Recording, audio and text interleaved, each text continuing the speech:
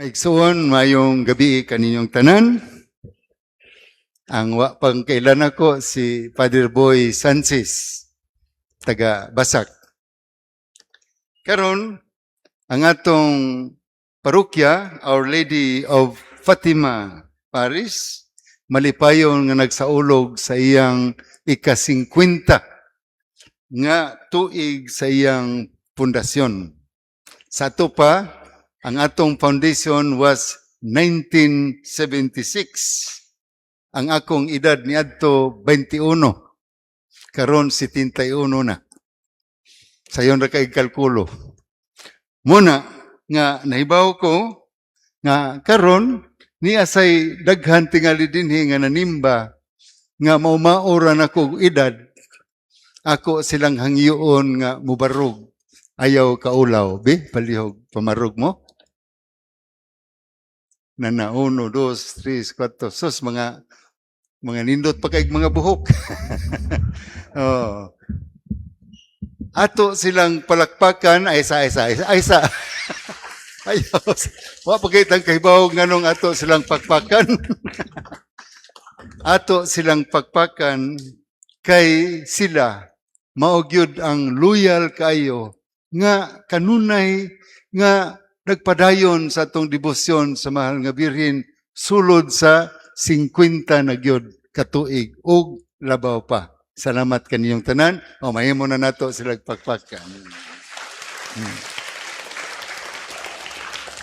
Sila mao'y mga saksi sa atong parokya. Sila nahilambigit. They were one or the many of the actors that made our parish fully alive. Naami panultihon dito sa Afrika, 40 man ko dito tuig, niingon nga, when an old man dies, a whole library dies with him. Kung ang usa ka tigulang mamatay, tibuok nga librariya ang mamatay uban kaniya. Nganuman, kay ang usa ka tigulang daghan kayo nga mga tuig din sa kalibutan, ang iyang mga kasaysayan, ang iyang mga kasinatian, ang iyang mga eksperyensya sa kinabuhi, sa mga panghitabo, o sa iyang kinaadman, inigkamatay na niya ang tanan ilubong uban kaniya. Mao, sa Afrika na, mao nga naapagani ni suwat, paminaw mong maayog, uyon ba mong dili, what was not written did not exist. Ang wala masulat, wala may tabo. Dili, tingay mo to, ana, kay nahitabo mangyod, di ba? Pero ang daghan nga nahitabo, tungod kay wa man masuwat, ato na lang na nakalimtan. Unsa may atong mahinumduman before 1976. Mintras, sa balaang kasulatan, ang katong una natong nadunggan from the book of Sirach, ganus aman to isuwat, that was written 180 years before Christ. Tanawa, naalang gihapon. Si Jesus, ang iyang mga pulong, ganus aman tumasuwat, year 80 after sa iyang pagkatao. Tanawa, naalang gihapon. Unya, si Jesus sad nga, ni-cite, ni-quote siya sa Old Testament, may tungod man to sa Exodus. When was Exodus? That was 1,250 years before Christ. Naalang gihapon, wa gyud makalimti kay nahisulat man sa balaan nga kasulatan. Maigsuon og maghisgot ta og pundasyon atong hinumduman ang atong mga founding fathers and mothers. Katong mga Kristiyanos ni adtong wa pa matao ang atong parokya. Labi na gayod ang debosyon sa atong mahal nga Birhen Maria sa Fatima, kinsa may nagda ini Wa pa matawang parokya nato, dito na sa gamay nato nga kapilya nga ginganlan og bulahan, nagsugod ang atong mga Kristiyanos pag-ampo, pagnobena, unya kanang pizzatrisi, pagprosesyon. Akong gi-interview ang atong mga katigulangan, anugon kayo nga katong mas matiguang pagyod nga matay naman taon, pero nako na-interview nga 88 na edad, ningon siya nga college pa ko, muatin na kog nobina dito sa atong kapilya. That was perhaps mga 1950. Be, kinsa may nga tao ninyo 1950 dire? Ang usasad, ningon siya nga, niadtong 1954, na hinumdum pa ko, estudyante pa ko diri sa eskwelahan sa Basak, na exempted ko sa pangguna kay hubakon man ko, na mauli mig sayo-sayo. Unya, dito sila mo lingkod sa kapilya kay tuwa may mga bangko, dito sila mangaon. Unya, kitang mga Pilipino mga unta, unsa may atong buhaton, mangagda man ta. Giagda man nilang mahal nga birhin nga, mga unta, mahal nga birhin, sus nanaog man kuno na. Perting kuyawan nila ilang gisaw, kayo nila mahulog. Tinuod baka nagdili, ningon silang tinuod yun, no? Unya, ang usa ni ingon sad nga, niadto ko nung 1958, nag-first communion siya dito na sa atong kapilya. Unya, nagsugod ang misa kada Domingo niadto ng mga 1963. Sa ito pataas kay istorya sa atong parokya, di ba? Nainumdum pa ang uban atong Monsignor Aluhipan, motoy atong padrikura, nga inigsermon usay makalimot ug unsay ang isulti, mukinto. Yung taon karon mahinumdum siya unsay iyang imensahe para nato. Unya, ang iyang katong assistant, si Father Sapra, doon naman to'y motor, gikasab-an ni Monsignor Aluhipan kay si Monsignor Sapra, si Father Sapra, ni kikistorya sa kong mga ginikanan, nabuntagan. Hapit pa gani paakis iro. Moto'y mga kinabuhi sa atong mga karaan ng mga pari, mahinumdum pa mo ni Padre Nunoy, ang iyangan Ponciano Tubilla, kato si Padre Soliano, Padre Sambo, Perez Mantosiat, ang iyang apelido, Hilbolingo, o labi pagayod si Father Villamor. Nga maoy atong nahimo nga primero nga Padre Cura Paroko. Ang lugar, ningadto ko ganiha, karon makakita pa ko sa lugar, nga atong gitukuran atong kapilya, gingalag bulahan. Nga naman nga bulahan, kaniadto, daghan pa magkaig lugar, usa to kadako nga wanang, ang mga tao magduwa og balibol kada Domingo, pinustahay. Unya, dunay mga baligyang mga mantikaan, mga prutas, o mga kanang lagutmon, nindot kayo nga tan-awon ang komunidad. Nya, labi na gyud ang very touching para nako, kanang panahon sa baili. Kay ang panahon sa baili, ang tanang dalaga, obliged man nga mo tambong sa baili. Nga naman, kay inigbaili nila, inigbayad sa kanang nikuha nila, ang kwarta, adto man padung sa simbahan. Aron pagtukod sa atong simbahan. Muna. Unyag naisini, kanang kurtal ni adto mingon nga naisini adto mintanan sa bulahan, you can really experience the lively living Christian community ni adtong panahona. Muna, nga ang atong parokya di ay sawa pa ni mataw gisabak na ni siya nga daan sa daghan pa kayo nga katuigan.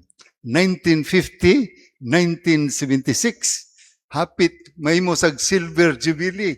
Unyag atong iyan ng duha, mahimo na siya nga, unsa man na, golden, unya, diamond, jubilee na ug atong una-una, no? Sa ato pa, katong atong mga Kristiyanos, nga kanunay nagampo, nagnubina, nangalyupo, naghatag og debosyon sa atong mahal nga birhen, sila mo'y atong founding fathers and mothers. Sila ang nagsabak sa atong debosyon sa mahal nga Birhen Maria. Nya salamat sa Dios kay gisabak man nilag pag-ayo, tanawang atong parokya pagkatao, sus kusog kayo ni lambo, kusog kayo nga nitubo, tanawa unsa kanindot na ang atong simbahan dinhi sa atong parokya. Pagkadaghan nga nangapari, daghan sad ang mga nangamadre, pero mas daghan pagyud ang nabunyagan, ang gipanglubong nga nangamatay dinhi sa atong parokya, tingali og atong ihapon lisod na tingali ihap, pila na ka mga kaigsuonan nato nga tuwa na sa langit tungod sa atong parokya dinhi sa atong lugar. Ang atong tema is celebrating 50 years as a parish fully alive, listening. Unsaon man nato pagka fully alive. Ambot og pila ninyong nahibaw nga the entire month of January was supposed to be the National Bible Month. Nga kitang tanan sa tibuok Pilipinas ang nagdeklara rin ang mga presidente sa Pilipinas. Kitang tanan mahinumdom sa importansya sa Biblia, sa pulong sa Dios. Mao nga ang tema mao kini, God's Word brings life to our hearts and to our homes. Ang pulong sa Dios mao ang nagdala og kinabuhi sa atong tagsa-tagsa ka mga kasing-kasing o sa atong tagsa-tagsa ka mga panimalay. God's Word brings life. Maghisgot tag life, maghisgot tag kinabuhi, makapangutana ko ninyo, pila na may inyong nagasto aron sa inyong mataas-taas ang inyong kinabuhi. Pila na may inyong napalit nga tablitas, mga vitamins, o mga kananghalan na turog maintenance. Kaya mataas-taas ang atong kaning kinabuhi. Pila na may atong nagasto sa ospital. Tungod lang kay atong giprotektahan ang atong kinabuhi. And that is physical life. How about our spiritual life? Ang atong kinabuhi sa pagtuo. Ato ba ning gigastuhan? Ato ba ning gitagaan og importansya nga og atong hinumduman tong National Bible Sunday di ba ningon, God's words brings life to our hearts and to our families. Unya kanang life nihimo na nilag acronym L equals love, paghigugma. Dili ba? Nga og naay higugma naay kinabuhi. Ikaduha, I is integrity. Mo na gikinahanglan karong mga panahuna ang atong pagkamatarong integrity as Christians. F equals faith. Kay ang atong pagtuo mamay naghatag kanato og kadasig, unya ay kalimti ang E, which is engagement. Kinahanglan nga nahilambigit kita sa mga lakaw sa panahon. We are part of our history.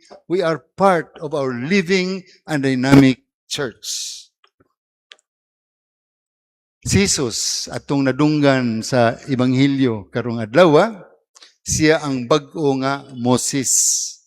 Nga si Moses ni ngadto sa bukid, si Jesus sad ngadto sad siya ni tungtong siya sa bukid mo nang gingalan natog Sermon on the Mount.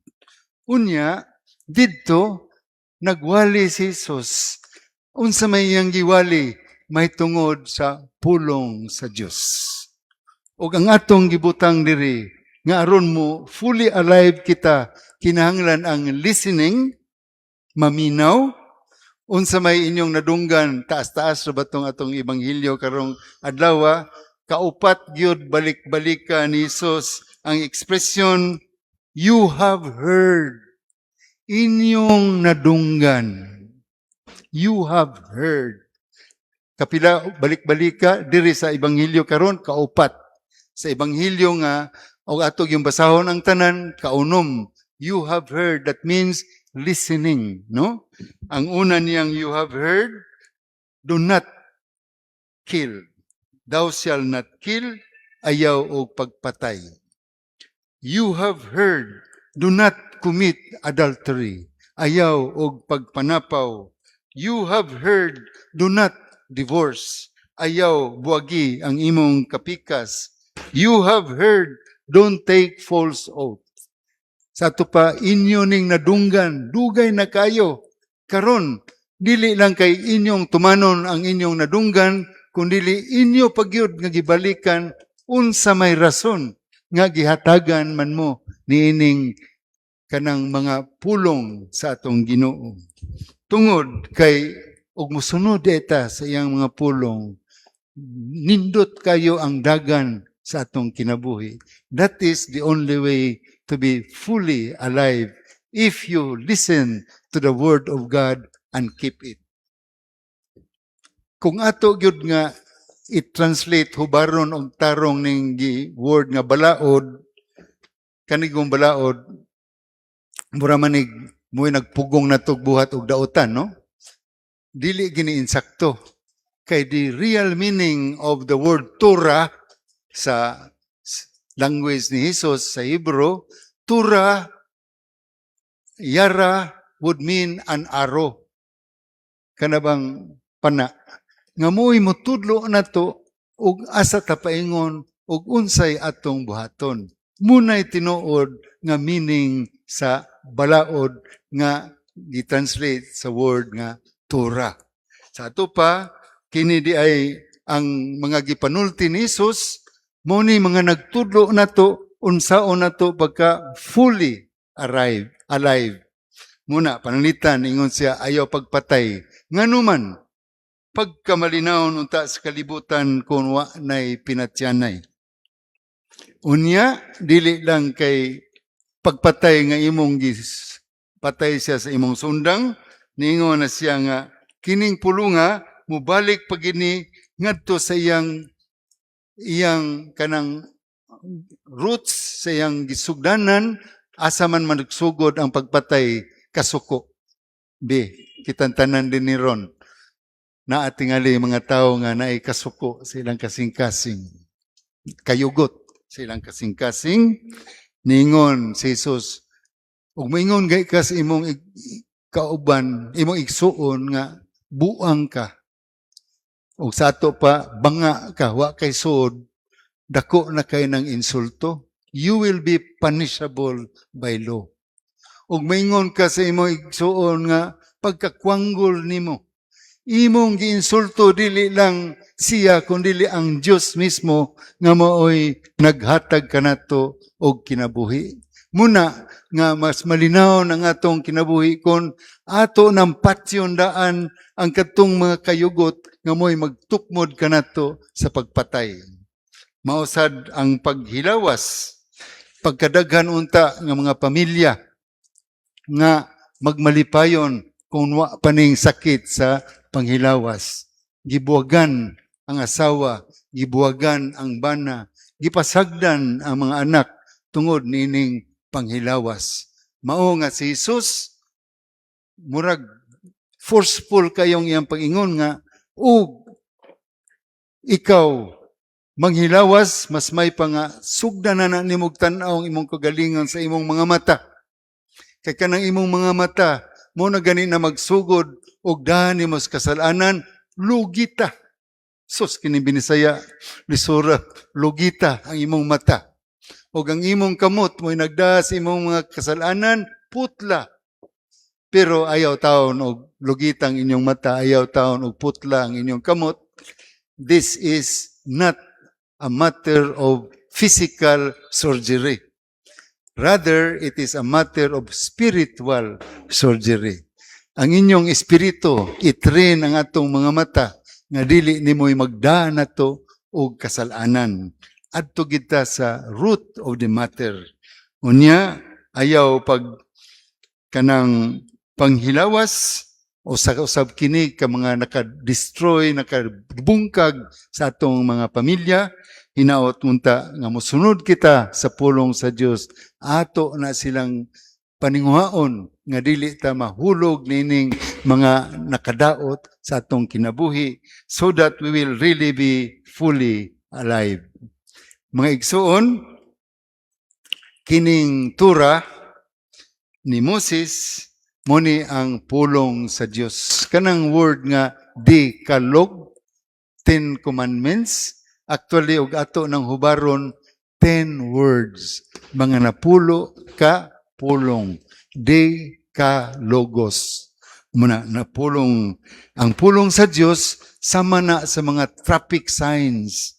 Di ba, og musakay ta karon, busy na kay nga itong mga sakyanan, kinahanglan mo sunod kita sa mga balaod, kay moingon na gani, liko dire, liko sa ka.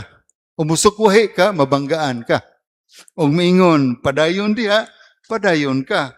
O moingon nga hinay-hinay, ayaw pakusog. O moingon nga naikuyaw diha sa unahan, pagbantay. Unya moingon gani nga ayaw pakusog, ayog sirit, hinay-hinay, aron makapauli kas inyo. Unya, dili mo makasamad sa uban. Mao sana ang 10 commandments, ang napulo kapulong sa Dios, naghatag ka na to og lamdag, nagiya ka na to, aron makaabota sa atong destinasyon. Mao nga, atong tapuson kining atong refleksyon, na ako'y iresita ninyo. Unya, dili man ko doktor, kaning akong resita, pastor. Ang akong resita ninyo unsa man, to be fully alive, then read the Bible. Then listen to the Word of God. Og inyo ning paminawon kanunay ang pulong sa Ginoo, siya maghatag kaninyo og tinuod nga kinabuhi. You will be fully alive, listening like our Blessed Virgin Mary. Amen.